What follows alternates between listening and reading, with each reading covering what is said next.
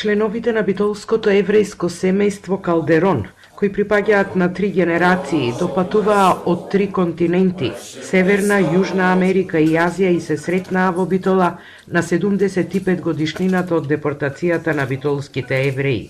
Меѓу нив е и Сарале Гутман Калдерон, која е родена во Битола и е ќерка на единствената еврејка од Македонија, Гита Алегра, која го преживеала Холокаустот во логорот Аушвиц.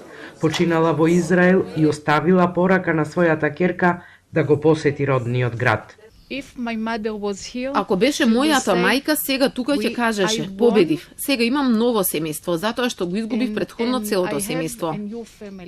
Нејзините родители побегнале од Битола ден пред депортацијата на евреите во 1943 година. Ја минале грчката граница и се засолниле во Костур.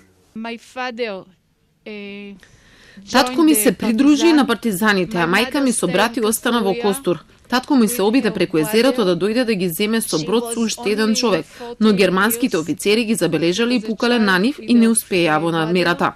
Во 1944 година германците ги зедоа сите евреи од Костур и ги однесоа Аушвиц. Мајка ми и брати беа одведени во Аушвиц и други логори.